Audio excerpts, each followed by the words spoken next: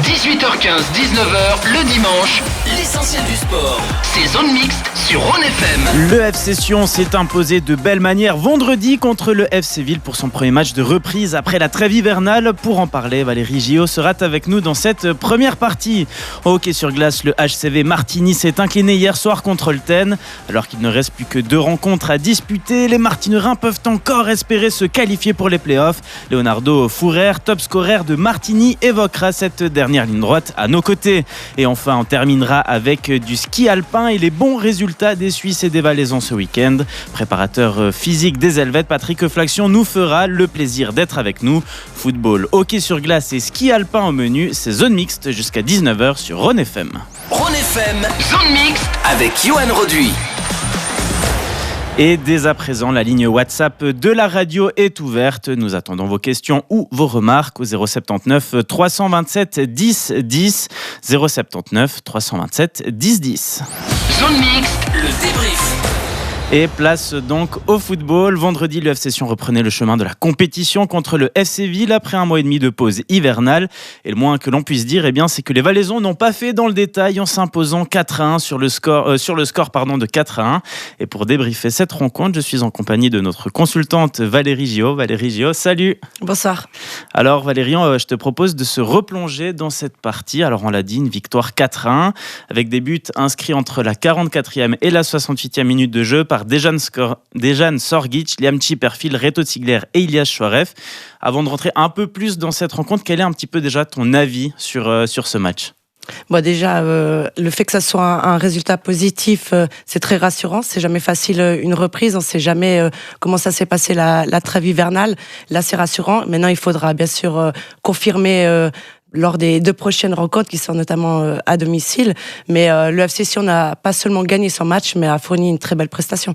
Ouais, alors le FC Sion qui a repris le chemin de la Challenge League de la meilleure des façons, vu qu'ils ont commencé par un succès. Didier Tolo, il nous le disait, ce premier match, il est super important, pas vraiment sur le plan comptable, même si bien évidemment il a de l'importance, mais pour lancer la dynamique de ce deuxième tour, lancer une dynamique de succès. Est-ce que vous partagez aussi cet avis ? Oui, alors déjà au sein de l'équipe, c'est vrai que ça va amener un plus de partir directement bien dans ce championnat, parce que c'est vrai que si on part mal dans un championnat, on va commencer à se poser des questions, il y a des doutes qui peuvent venir et puis ça peut compliquer la suite. Et surtout ici, ça annonce quand même, ça envoie un message fort aussi à leur concurrent direct qui est Thun. Alors on avait vu Sion qui avait encaissé très peu de buts sur ce premier tour avec la meilleure défense du championnat. Par contre, d'un point de vue de l'attaque, c'était parfois plus compliqué, notamment contre les blocs bas, un peu plus de mal à les bouger, à faire la différence. Et là, contre Ville, le moins que l'on puisse dire, c'est qu'ils ont, on va dire, coché toutes les cases. 4 buts inscrits contre un bloc bas, 1 but seulement encaissé. On va dire tous les signaux sont au vert. Oui, alors moi je pense qu'il faut surtout relever la belle prestation sur le flanc gauche où on a eu un trio avec Efti, Bouchlarem et puis Chouaref où ils ont fourni un énorme travail. C'est quasiment eux qui ont amené la totalité des occasions. C'est vrai qu'à droite, Chipperfield était un petit peu plus discret. Il amène son but en deuxième mi-temps, donc c'est très bénéfique aussi pour lui. Mais je pense que le FC Sion, surtout, ce qui lui a manqué lors du première partie de championnat, c'était de marquer. Et là, ils ont su marquer, mais surtout au bon moment. Je pense que le but avant la pause et surtout les 2 buts qui viennent, les 15 minutes qui suivent la reprise, ça a mis KO Ville. Et on l'a vu, Ville n'a pas su sortir. Après, c'est vrai que je pense que le but qu'ils se prennent, c'est quand même un petit bémol dans ce match. Comme l'a dit l'entraîneur en conférence de presse, on ne sait jamais à la fin d'un championnat, surtout pour la course d'une promotion, si ce but il va être important ou pas. Mais je pense qu'on peut quand même se poser la question, les 5 changements en moins de 15 minutes, ça déstabilise quand même une équipe. On voit le but, il vient droit derrière. Je pense que c'était peut-être pas vraiment judicieux de sa part de faire autant de changements à ce moment-là. Alors on a quand même vu un FC Sion qui s'est imposé parce que juste avant il y avait eu seulement des matchs amicaux pour se jauger. C'est vrai qu'on en a parlé la semaine dernière, les matchs amicaux c'était un peu des points d'interrogation. Il y avait eu cette défaite contre Thun, puis ensuite cette défaite contre Annecy et une victoire contre une 4e division espagnole. Donc on se demandait un petit peu où allait partir le FC Sion. Finalement là c'est quand même un message fort qui est envoyé, ils sont prêts pour ce deuxième tour. Oui, alors je pense que c'est toujours compliqué de se baser que sur des matchs amicaux parce lors des matchs amicaux, l'entraîneur, il veut mettre certaines choses en place parfois, il veut faire des tests. Il y a certains joueurs qui vont prendre peut-être plus de temps de jeu qu'en championnat. On peut pas vraiment se fier, on peut pas dire qu'une équipe, elle est prête ou pas seulement en jugeant ses matchs amicaux. Mais par contre, là, ce qui est vraiment bénéfique et qui est un point positif pour l'FC Sion, c'est que les matchs amicaux n'étaient pas forcément positifs. Malgré tout, ils ressortent avec une victoire droit derrière au championnat. Alors on va changer un tout petit peu de thème, on va rester évidemment sur le FC Sion, on va parler de la composition de l'effectif. Didier Tolo, pour cette rencontre, globalement il n'y a pas eu de surprise, il est reparti sur ce qu'on a vu durant le premier tour, tant d'un point de vue du système que des joueurs, c'est-à-dire qu'il est resté sur son 4-2-3-1 qu'il a utilisé le plus souvent, et puis sur le 11 aligné, c'est globalement le 11 qu'il a aligné la plupart du temps. Est-ce que ça c'est important de donner ce fil conducteur au fil de la saison pour les joueurs avec cette équipe type? Une équipe, pour être performante, elle a besoin de stabilité. Et je pense que c'est ce qui caractérise beaucoup cet entraîneur.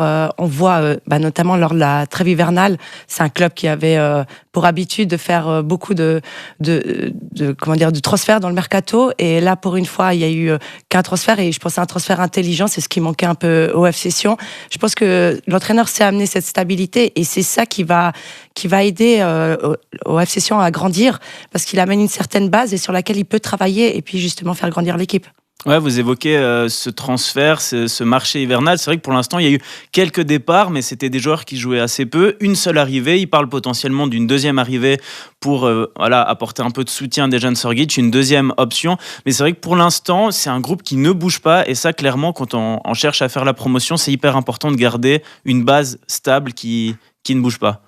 Je pense que c'est très important, même si on veut une promotion, on doit avoir une base très solide, mais on doit aussi avoir des joueurs qui soient capables, lorsqu'ils rentrent, de pouvoir faire la différence. On doit aussi avoir des joueurs qui restent concernés, malgré peut-être parfois le peu de temps de jeu. C'est pas évident pour un joueur, si on joue pas beaucoup, de rester autant concerné que les autres.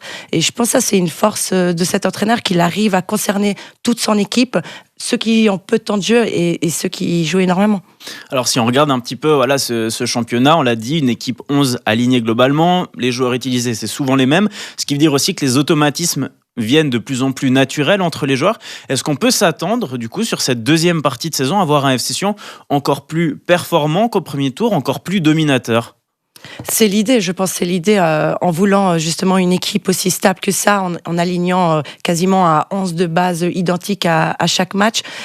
L'entraîneur veut justement construire une stabilité, et on peut que construire une stabilité en ayant les mêmes joueurs à chaque fois. Si on change tous les matchs de système ou on change à tous les matchs de joueurs, comme vous le dites, c'est compliqué de créer des automatismes, et c'est compliqué aussi de devenir performant. Alors on avait aussi parlé à Didier Tolo lors de la conférence de presse jeudi, un petit peu de tout ce qui s'est passé autour du FC Sion, on le sait, avec cette académie, cette potentielle rénovation du stade, et je lui avais posé la question, est-ce que ça pouvait avoir une influence sur les joueurs, puisque c'est quand même des éléments positifs qui sont enfin sortis, si ça pouvait jouer sur l'équipe. Il m'a répondu que oui. Vous, comment vous expliquez ça, puisque vous avez aussi été joueuse, quand on sait aussi peut-être que l'infrastructure, tout ce qui va autour, l'environnement du club va dans la bonne direction, ça joue un rôle ?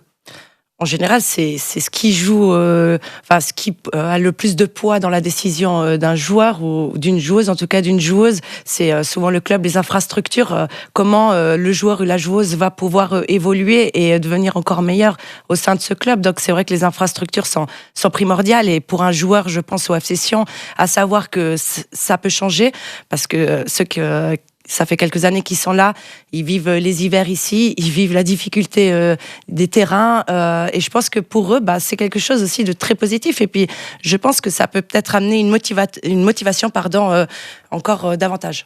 Ouais, donc si on résume, on va dire entre la perspective d'une promotion et la perspective qui se passe autour, avec normalement un nouveau stade et tout ce qui s'ensuit, en tout cas aussi la certitude que le FC Sion devrait continuer d'exister, ça c'est des éléments qui vont vraiment dans la direction du FC Sion et qui vont permettre certainement au FC Sion de faire un bon deuxième tour. Tout est au vert, j'ai envie de dire. Oui, et puis c'est important que pour qu'un joueur soit performant, il faut qu'il se sente bien.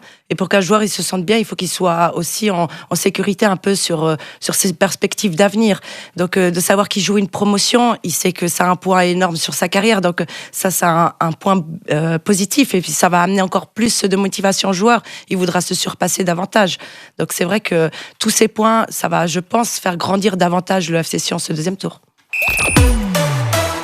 Alors, on n'a pas passablement parlé de Sion, mais il y avait d'autres matchs qui se déroulaient, dont un qui était intéressant pour les Sédunois, c'était le match de Thun, puisque oui, Thun, avant les rencontres de cette 19e journée, eh bien, était à hauteur du FC Sion, en tout cas en termes de points. Et ce qui s'est passé ce week-end, eh bien, c'est que Sion a pris ses 3 points grâce à cette victoire contre Ville. Et dans le même temps, eh bien, les Bernois ont fait match nul contre Bellinzone. Ils perdent un petit peu de terrain. Quand on cherche à jouer une promotion comme le FC Sion et comme le FC Thun, tous les points ont une importance capitale. Oui, tous les points et même, je dirais même tous les goals. En fait, tout va compter. On ne sait pas, comme je l'ai dit, on ne sait pas la situation à la fin du championnat. Là, ils sont coude à coude. Peut-être qu'à la fin du championnat, il y aura une distance et puis tout aura moins d'importance. Mais aujourd'hui, on les voit coude à coude. Et je pense qu'aujourd'hui, les joueurs de Sion ont dû regarder ce match avec beaucoup d'attention. Et ça donne encore plus d'envie. On voit qu'on passe l'épaule. Donc, ça donne encore plus d'envie pour ces prochains matchs. Ça peut aussi libérer de se dire... De notre côté, on a fait le job et notre concurrent direct, on va dire, il a raté une opportunité, on prend l'avantage, on se sent encore plus libre, on sait que si on enfonce le clou, ça peut faire vite très mal. Oui, mais après, faut pas oublier, en tant que joueur, on sait aussi que le championnat est long. Tout peut arriver. On a vu le FC Sion qui a perdu des points bêtement lors du premier tour. On a vu notamment contre Nyon. Je veux dire, on ne sait pas ce qui peut arriver. Même les confrontations directes entre Sion et Thun ne sont pas forcément décisives. On ne sait pas. Je pense que ça sera à voir d'ici du mois d'avril, mais plutôt la situation des deux équipes dans le classement. Alors si on se penche un tout petit peu sur ce qui attend les Valaisans, eh bien c'est un match devant leur public contre Haro vendredi. On le sait, durant le premier tour, alors globalement le FC Sion a fait le travail de façon générale, mais ils ont eu un peu plus de facilité quand même à l'extérieur qu'à domicile. Est-ce que là aussi c'est important de valider leur bonne première prestation en enchaînant une victoire, mais devant leur public, en disant voilà, chez nous on est aussi solide? Oui, je pense que c'est peut-être un objectif aussi personnel de certains joueurs parce que, alors c'est magnifique d'avoir ces statistiques, on voit autant d'invincibilité de l'équipe, mais c'est vrai que de gagner chez soi, c'est encore autre chose. Ils gagnent énormément à l'extérieur, il manque peut-être encore de gagner à domicile et de faire des belles performances devant leur public. Mais comment on peut expliquer ça ? On a souvent tendance à entendre les joueurs, dans tous les sports d'ailleurs, dire quand on joue à domicile, c'est clairement une force supplémentaire, on ressent l'appui du public, ça nous donne plus d'énergie dans les moments difficiles. Comment on explique là que parfois on vit l'inverse ? Là, le FC Sion semble plus à l'aise sur les pelouses des terrains adverses et devant leur public semble un petit peu plus en difficulté. Ouais, c'est vrai que c'est étonnant parce que d'habitude, une équipe, elle est normalement meilleure à la maison puisqu'elle connaît les conditions où elle joue. Mais après, le FC Sion a aussi un public qui le suit énormément.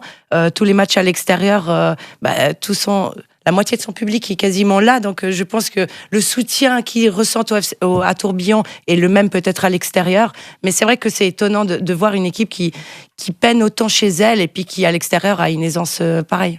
Et si on aurait peut-être encore un petit mot sur la saison du FC Sion, alors évidemment il y a le championnat, mais ils sont aussi qualifiés pour ce quart de finale de la Coupe de Suisse contre Young Boys début février.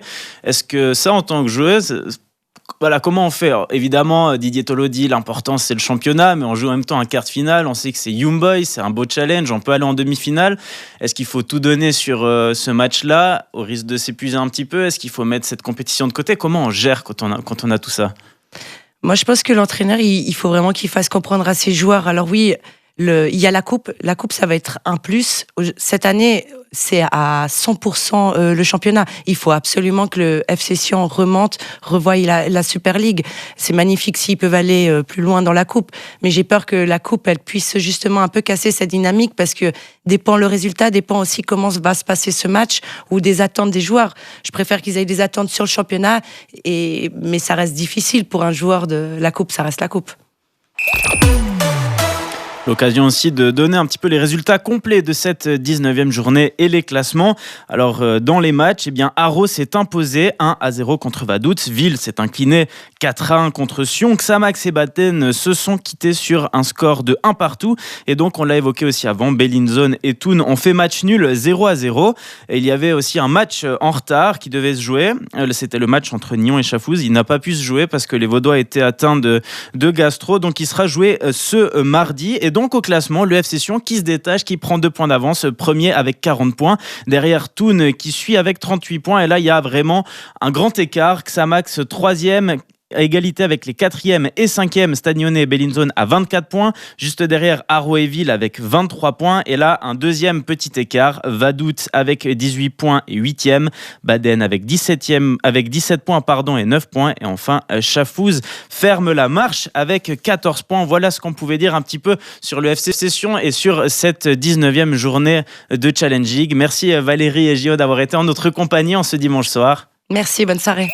Et on se retrouve comme promis pour parler de hockey sur glace, mais surtout de la situation du HCV Martigny en compagnie de son top scorer Leonardo Fourer. Leonardo Fourer, bonjour. Bonjour, merci de l'invitation. Alors je vais commencer par poser le contexte avant de revenir un petit peu sur la rencontre que vous avez eue hier soir. Avant la fin de la saison régulière, il ne reste que 2 parties à disputer et pour décrocher sa place pour les playoffs, il faut terminer dans le top 8 de Swiss League. Et pour le moment, les 6 premiers sont déjà assurés d'être qualifiés. Donc concrètement, il reste encore la 7e et la 8e place à aller chercher. Et pour ce faire, 3 équipes sont encore en lice. Martigny qui est 7e pour le moment avec 56 points. Viège qui suit 8e avec 55 points et qui est égalité avec Winterthur 9e qui lui a aussi 55 points. Voilà un petit peu pour dire les bases de ce dont on va parler. Si on revient sur la partie de hier soir, vous avez joué contre les 3e, Olten. Vous êtes incliné sur le score de 5-3. Quel est un petit peu votre avis sur cette rencontre ? Je pense que Olten reste une bonne équipe. C'est pas pour rien qu'ils sont 3e. Ils ont beaucoup de joueurs blessés et je pense hier on avait vraiment une chance de prendre des points. Que malheureusement on a eu un départ plus difficile et on s'est réveillé dans le 3e tiers que c'était un peu trop tard. Ouais, vous parlez de ce départ difficile, vous êtes mené 3-0, vous revenez 3-2, ensuite il y a ce 4-2, vous revenez 4-3 et finalement ils mettent le 5-3. Qu'est-ce qu'il a manqué peut-être pour faire la différence, pour aller chercher des prolongations ou bien une victoire ? Je pense qu'au départ du match, on n'a pas assez mis le puck au but. Parce que dans le 3e tiers, quand on faisait ça un peu mieux, les pucks y rentraient. Je pense vraiment qu'on doit amener le puck là-bas et ça peut créer du danger. Et pour finir, on l'a fait trop tard, qu'on aurait pu amener plus de danger dans les premiers 2 tiers. Et on a créé trop d'espace pour Olten se balader dans notre zone et du coup, ça paye cher. Alors évidemment, les adversaires ne sont pas les mêmes. Et si on se rappelle dernièrement, il y a eu ce match contre Sierre. Melvin Merola me disait au micro, c'est un des meilleurs premiers tiers qu'on a fait. On a bien commencé. Qu'est-ce qui fait que sur un match, on va peut-être bien commencer, être bien dans le match, mettre des buts et dans d'autres rencontres, c'est l'inverse. On a du mal et il faut attendre le 3e tiers. C'est une demande pas très facile parce que, comme dit, tu peux faire 4 heures de quart, arriver à Turgovie et faire un super départ et perdre le match. Et après, tu peux jouer à la maison et faire un super départ et gagner le match. Alors du coup, c'est un peu la préparation individuelle de chacun, comment on se sent et comment tes plans y réussissent. C'est un peu ça. Un petit mot aussi sur votre prestation. Hier, vous avez inscrit un but. Vous êtes le top scorer de Martigny, donc souvent vous marquez des goals. Comment ça s'est passé un petit peu pour vous sur la glace hier ? Je dis... Pour moi, l'important, c'est le succès de l'équipe. J'ai pas besoin d'un casque top scorer pour montrer ce que je vaux à l'équipe. Je pense que tout le monde il vaut la même chose. On a besoin de tout le monde pour gagner des matchs. Et c'est clair que si j'arrive à faire des points et aider l'équipe à amener des points, c'est mon travail, c'est mon boulot. Et après de ça, on regarde de prendre les points, c'est le plus important pour réussir les playoffs. Je pense que ce rôle de top scorer, c'est juste un détail à côté. Mais voilà.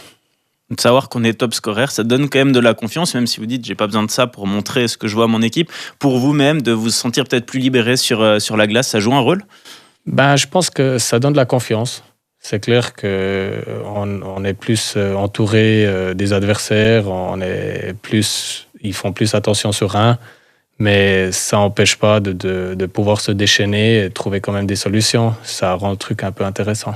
Alors hier, on l'a dit, vous avez perdu, vous n'avez pas pris de points, mais la bonne nouvelle pour vous, c'est que vous êtes resté 7e, puisque dans le même temps, vos 2 concurrents directs, Viège et Winterthur, se sont respectivement inclinés contre Sierre et Turgovie. Ça, pour vous, c'est quand même la bonne nouvelle du week-end. C'est-à-dire, on a perdu, mais on reste 7e, on a encore ce petit avantage. Oui, bien sûr, c'est clair qu'on n'aimerait quand même pas miser sur les défaites des autres. On aimerait bien avoir les choses dans notre main, qu'on n'est pas dépendant de gagner ou perdre un match pour réussir les playoffs. On aimerait quand même maintenant montrer une réaction dans les derniers 2 matchs que l'unique juste qu'on puisse faire, c'est d'amener ces 6 points à la maison et on sait qu'on est du bon côté.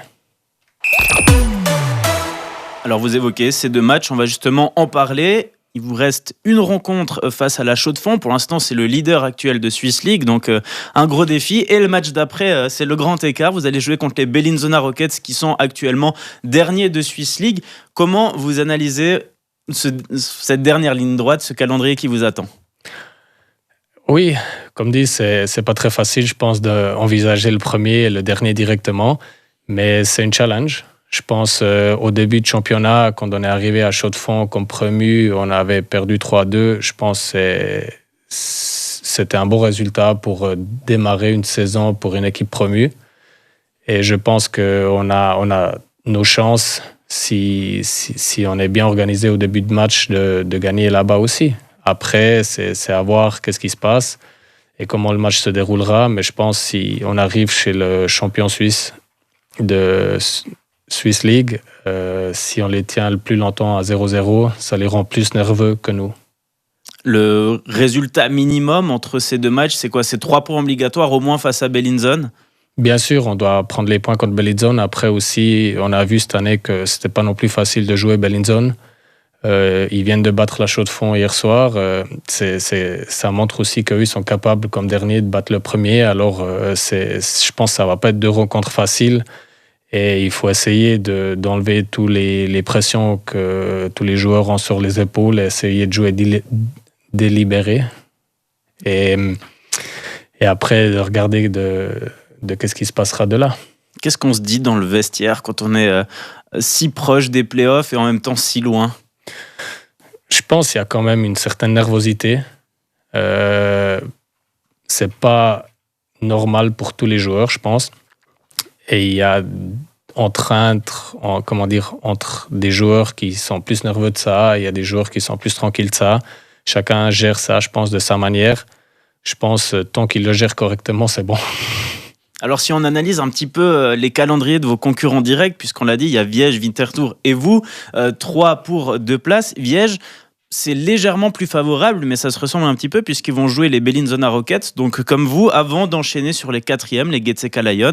Par contre, Winterthur, c'est un petit peu le moins bien loti, si on peut dire ça comme ça, puisqu'ils vont défier les premiers, donc la Chaux-de-Fonds, et les 4e, les Getseka Lions. Ça, vous avez aussi en tête le calendrier de vos concurrents, pardon. Oui, bien sûr, on suit ça.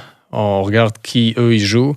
Après, on ne veut pas commencer à faire des calculs. Qu'est-ce qui se passe si on a point égalité? On aimerait bien quand même tenir ça dans nos mains et essayer de faire la décision avec nos moyens que dépendant de quelqu'un d'autre. Mais c'est clair que le calendrier pour les 3 équipes ne sont pas très faciles.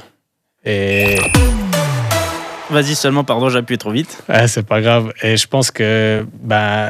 comme nous, on peut jouer le premier et le dernier, Viège a quand même le 4e et une autre équipe, je ne sais pas quelle en tête, et Winterthur, ils ont la même chose, quoi. Alors on l'a dit, une fin un petit peu compliquée. Vous serez fixé le 2 février prochain, puisque ce sera le dernier match. Est-ce que pour vous, tout autre résultat qu'une qualification en play-off serait un échec? Honnêtement, j'ai jamais entendu un hockeyeur dire qu'il serait heureux de ne pas réussir les playoffs. Déjà de dire il n'y a personne qui veut être 2e ou 3e, tout le monde veut être premier. Et oui, c'est clair que ça fait mal au cœur de travailler 45 matchs, toute une préparation, pour après dire on ne peut pas participer le meilleur temps de l'année. Et c'est les playoffs. Je pense que les 45 matchs, c'est une préparation pour être prêt à ce moment-là. Et je pense oui, c'est un échec de ne pas réussir les playoffs. Alors vous étiez néo-promu, vous avez commencé en étant le meilleur club valaisan. Pendant un bon moment, vous étiez 4e, 5e de Swiss League. Est-ce qu'aujourd'hui, vous dites, on s'attendait peut-être à être plus facilement qualifié dans les 8, ou vous saviez d'emblée que ça allait être un combat jusqu'au bout? Je pense que ça allait être un combat jusqu'au bout parce qu'au début, on avait un peu l'effet surprise, que personne ne s'attendait qu'est-ce que Martini allait amener. Et après, au début, on se mettait bien ensemble, on était soudés. Et après la première pause nationale, on a un peu on a un peu lâché prise. On a perdu un peu des points qu'il ne fallait pas perdre. Et après, on s'est bien retrouvé. Et du coup, je pense on est là où on mérite d'être. Je pense qu'on aurait même mérité un peu plus. Mais je pense qu'il y avait beaucoup de gens qui ne nous estimaient pas être si loin encore dans la compétition. Et je pense qu'on a pu prouver beaucoup de bonnes choses. Quand vous commencez la saison en tant que néo-promu, c'est quoi l'objectif dans le vestiaire ? On parle déjà de quelque chose de chiffré. C'est clair que le club, il a des buts internes, que eux, ils savent qu'est-ce qu'ils veulent savoir ou qu'est-ce qu'ils veulent avoir. Et nous, comme joueurs, c'est clair que le premier objectif comme promu, c'est d'être dans les premiers 8. Et aujourd'hui, l'objectif, il a changé, toujours d'être dans les 8. On se dit, il reste 2 matchs, on va essayer d'accrocher la meilleure place possible, ou déjà d'être dans les 8, ça serait pas mal. La meilleure place possible, c'est clair. Après, il reste plus beaucoup de marches ou de grosses marches pour atteindre plus de places que la 7e. Mais c'est clair que si on peut se faciliter la tâche et pas jouer contre le premier, on veut l'apprendre en même temps.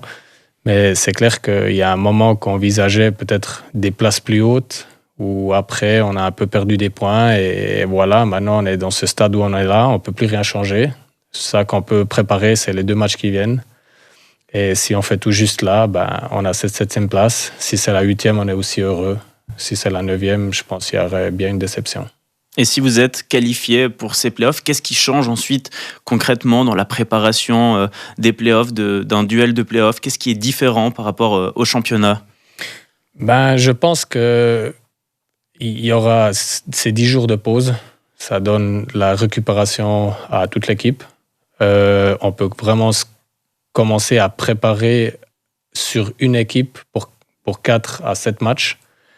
Du coup, ça devient plus serré parce que tu vas concentrer sur les faiblesses et les forces de ses adversaires pour essayer d'éliminer ça et pouvoir jouer des matchs plus serrés. C'est ça qui change parce que c'est pas qu'on se concentre sur une autre équipe le prochain match où les choses changent. C'est vraiment là que tu es concentré sur une équipe.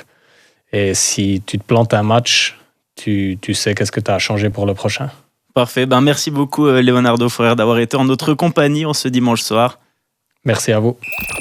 Et on va terminer cette émission en parlant de ski alpin en compagnie de Patrick Flaxion. Patrick, bonjour. Bonjour. Alors vous êtes préparateur physique de plusieurs skieurs suisses et skieuses suisses. Aujourd'hui, on va profiter de votre présence pour évoquer de nombreux thèmes et on va peut-être commencer par revenir sur les épreuves féminines de ces 3 derniers jours. Donc si on va dans l'ordre, vendredi, il y a une descente dames à Cortina d'Ampezzo en Italie. La Ragout a terminé 2e. Le lendemain, la Tessinoise a pris le 5e rang de la seconde descente avant de remporter aujourd'hui le Super G. C'est quand même un week-end assez impressionnant de la part de la Ragout. Oui, elle est en forme, elle a très bien skié. Je suis content de voir qu'elle a aussi pu revenir en descente aujourd'hui. Ça faisait un moment, je crois, qu'elle n'a pas gagné une descente et donc c'est vraiment bon pour sa confiance. Elle remonte dans les points au classement général de la Coupe du Monde, donc c'était un très bon week-end pour elle. À 32 ans, puisque c'est son âge, est-ce que c'est impressionnant d'avoir ce niveau ou, puisque là vous êtes préparateur physique, c'est tout à fait quelque chose d'envisageable si on est bien coaché, bien suivi ? Je pense que l'âge d'or pour les hommes, c'est vraiment entre 25 et 35 ans. Chez les femmes, c'est peut-être entre 22 et 30 ans. Lara, elle s'est toujours bien préparée, elle est minutieuse et puis elle est en pleine forme. D'ailleurs, on a vu qu'elle maîtrisait ces pistes et ces 3 tracés différents de très bonne facture. Donc, franchement, vraiment, félicitations à elle. Alors si la Ragout a plutôt performé ce week-end, on peut dire que c'est un petit peu l'arbre qui cache la forêt sur un point de vue vitesse, puisqu'en technique, il y a quand même eu passablement de belles performances. Comment on explique un petit peu que dans certaines disciplines, il y a une panoplie assez impressionnante de Suissesse et dans d'autres, c'est un petit peu plus compliqué. Bon, on a eu dernièrement un doublé suisse qui n'était pas fait par Lara. Donc les 2 jeunes, elles ont quand même montré qu'elles étaient là.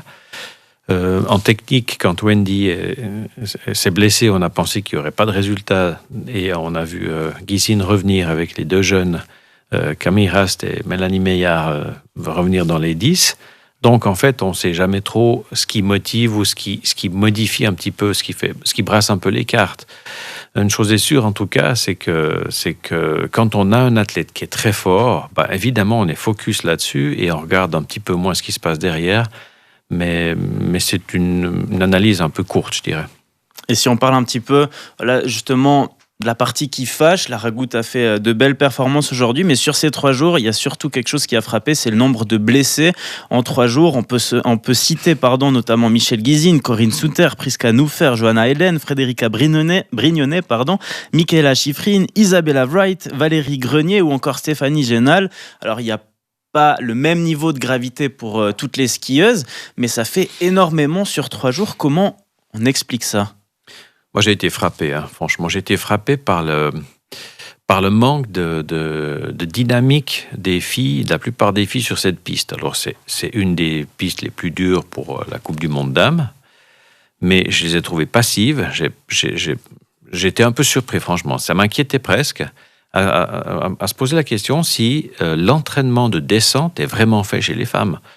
Elles savent très mal sauter, il faut prendre des lignes, c'est hésitant. Donc forcément, ça laisse songeur. Ce qui m'a le plus surpris, mais là je pense que ça s'explique pour d'autres raisons, c'est Michaela Schifrin qui arrive sur cette bosse complètement à la ramasse, qui fait un saut un peu long, qui retombe un peu lourdement, mais qui n'a aucune réaction derrière, enfin, comme s'il était un petit peu absente.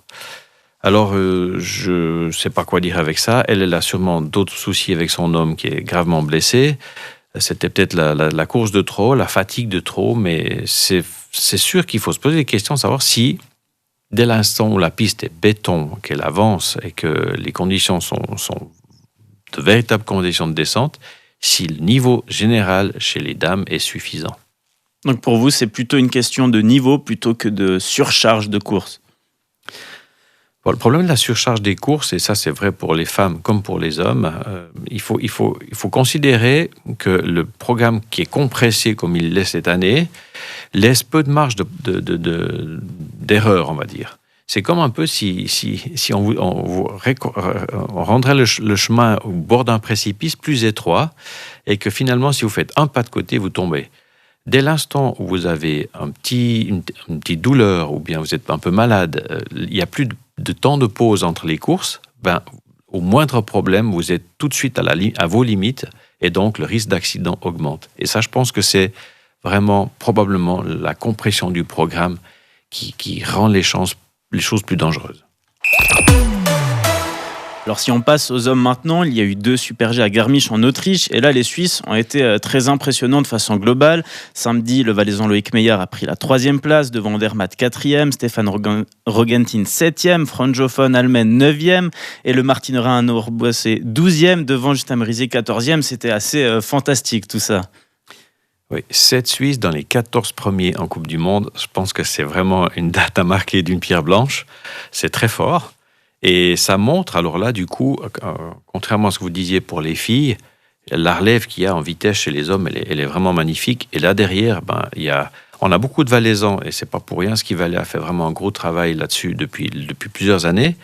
Et en Coupe d'Europe, on a un entraîneur expérimenté, c'est Franz Heinzer, qui fait un énorme travail. Déjà l'année passée, il y avait dans les 20 meilleurs en Coupe d'Europe, il y avait 10 Suisses ou 11 Suisses, donc ça se retrouve cette année. Et c'est vraiment, je pense, c'est vraiment marquant. On a des belles perspectives en vitesse en Suisse. Ouais, alors ça pousse très fort. Ça s'est confirmé sur le 2e Super G d'aujourd'hui. Nouvelle excellente performance. Andermatt qui s'est imposé. Franjo von Almen, cette fois-ci 3e. Arnaud Boissé 7e. Voilà, ça continue de pousser. Si on parle déjà de Loïc Meillard, qui a été sur le podium samedi, c'était important pour lui au vu de sa saison. C'était un podium mérité. Oui, Loïc se bat un peu contre les éléments et donc d'être capable de venir sur le podium, ça on le sait qu'il est capable, mais c'était pour lui important de le refaire. J'ai trouvé super qu'il puisse aussi être devant Marco, ça montre qu'il peut être aussi plus rapide que lui, même si on le sait à l'entraînement, il faut encore le prouver en course. Donc ça, c'est vraiment, c'est sûr, pour lui, un bon point pour la suite. Et puis Arnaud Boissé, c'est quand même sa première saison de Coupe du Monde et il enchaîne les très bonnes performances. Comment vous l'expliquez ? Il est vraiment sur un nuage, Arnaud. Il a saisi sa chance au bon moment. Il était capable de produire des résultats alors qu'il avait peu de chance. Il avait peu d'opportunités, on va dire. Les opportunités qu'il a eues, il les a saisies. Il a vu que ça marchait bien, il a continué à pousser et franchement, là, il est à son top niveau, avec peu d'expérience, il ne connaît pas ses pistes et il est capable de faire vraiment du bon ski. Donc, chapeau à lui et je lui souhaite vraiment le meilleur pour la suite. Il y aura sûrement des hauts et des bas. Il faudra aussi qu'on se rappelle de cette entrée magnifique qu'il a fait. S'il a un petit coup de mou derrière, qu'on l'accepte aussi, en fait, ça sera normal. Et ça va être un très très bon athlète, un très bon atout suisse. Un petit mot sur Marco Odermatt aussi, qui pour l'instant est premier au niveau du classement de la descente, du super G, du géant et du général. Ça, c'est quasiment quelque chose qui ne s'est jamais vu chez les hommes en ski alpin. Oui, je l'ai encore regardé ses classements aujourd'hui dans les années précédentes. L'année passée, il était partout 1, sauf en descente où il était 3. Là, il est devant partout. En plus, malheureusement, il a quand même des concurrents directs qui ont eu vraiment des pépins.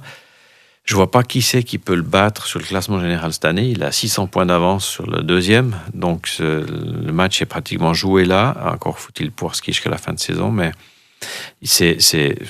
moi, ce que j'aime chez cet homme, c'est qu'il est sympa, il est super. Il joue sur la neige. Il s'éclate dans ce qu'il fait.